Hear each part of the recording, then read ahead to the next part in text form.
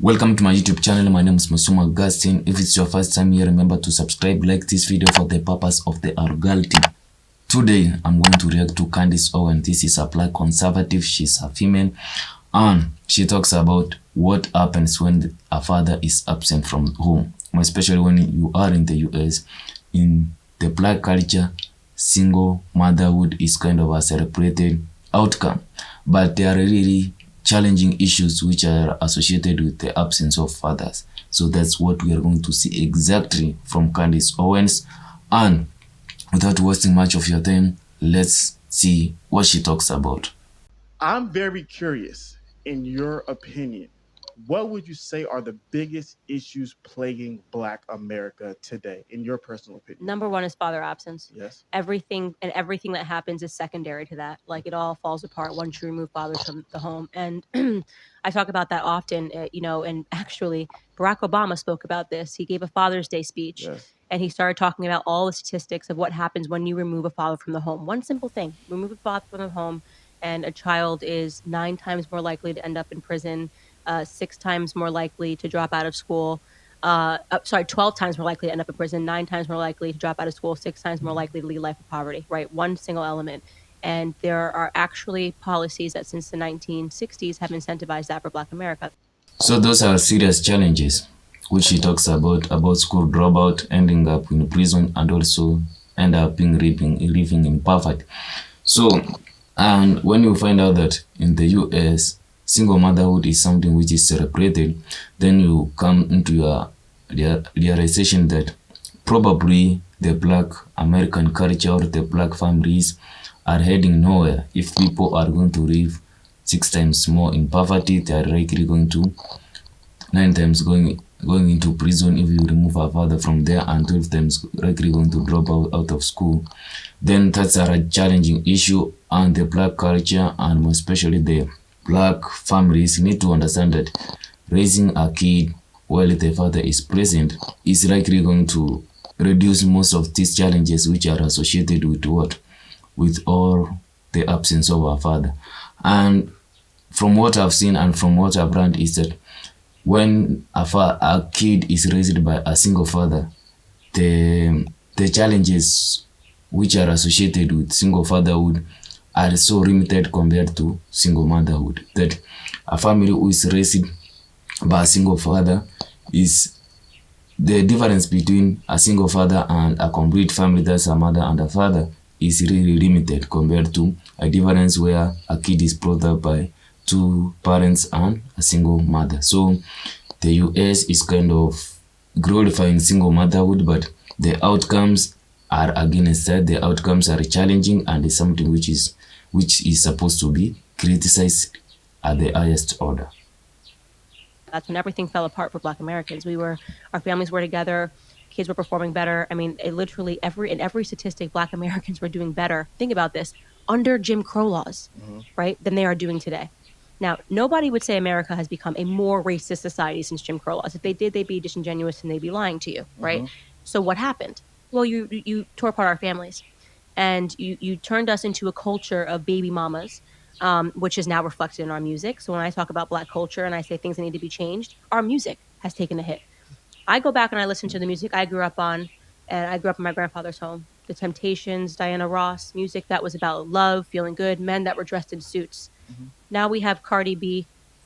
Cardi B's new song is a #1 song right now, right? You don't like WAP? Right, listen. I'm not. But think about.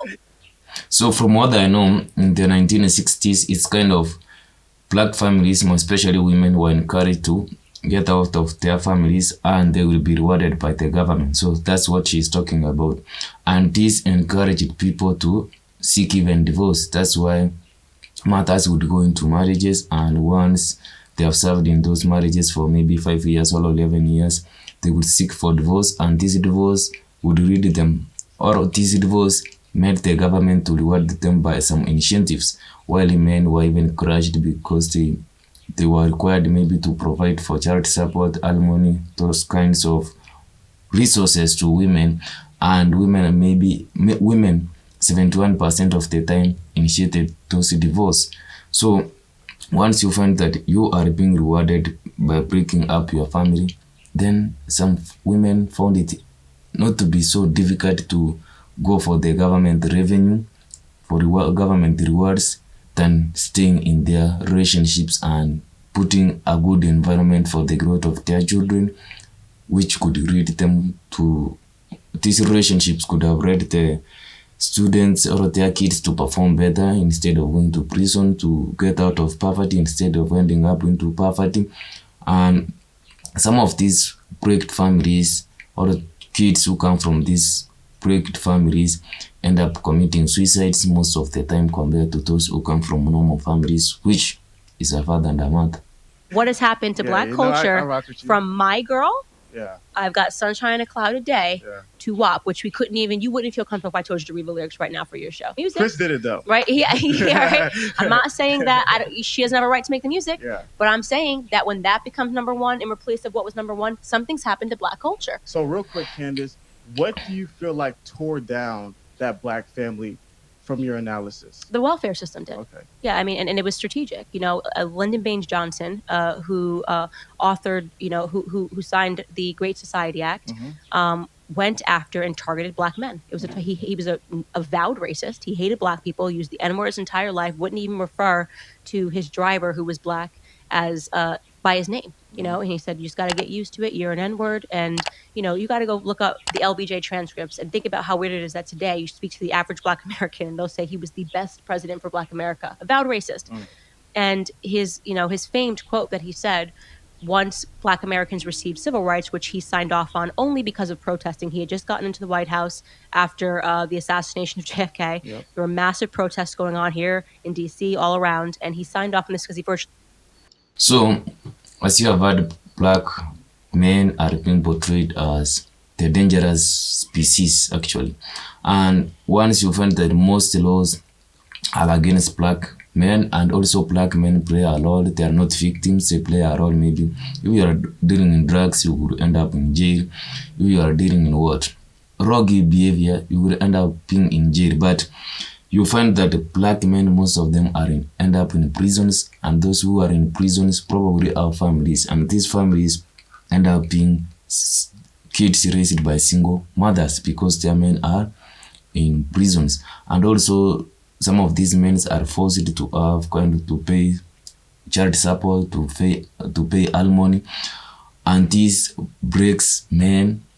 They even make men fear even entering into these marriage contracts because they know at the end of the day they may be destroyed financially, emotionally, even physically sometimes, because they are women who engage in abusive relationships. So Black men has been seen as a threat, and Black men having some standards which they need to have within their own families. Some Black women see them as a threat, that they fear those women and they don't want to grant those women freedom because they think that Black men are more, they think that these Black men want to prevent them from enjoying their own life. So which makes Black men to be seen as not worthy to raise a family. And also Black men at the same time fear that they may end up being destroyed by the same families which they want to defend. Had to. The entire time he was in Senate for 20 plus years, he was opposed. He was a part of the strong Southern Bloc who opposed every single advancement for Black Americans. He voted against for 20 years, right? Then he becomes president of the United States, you know, on a fluke, essentially. You know, he's the vice president, became the president, and he now has to sign off on the Civil Rights Act of 1964. And immediately following it, he gives a speech at Howard University, and he says, it's not enough for us to just give you your rights, we have to do more. And he then puts in place the Great Society Act. The Great Society Act was an initiative that said to Black women, and literally they would knock on your door, and they would say, the government will give you money as long as the man does not live in this household, right? So we watched from the 1960s, the single motherhood rate being 23% to the single motherhood rate being 77% today in the Black community. Okay? What does that mean?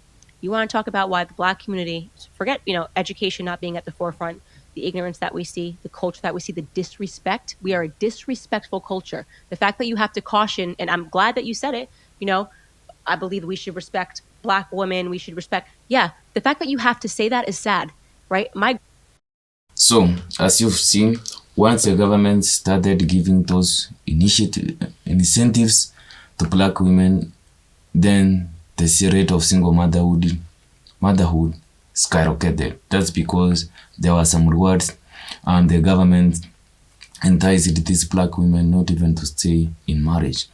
And the outcome is very clear. The rate of suicides, I believe they are so high. Also poverty, we have a high number of individuals in prisons and school dropouts.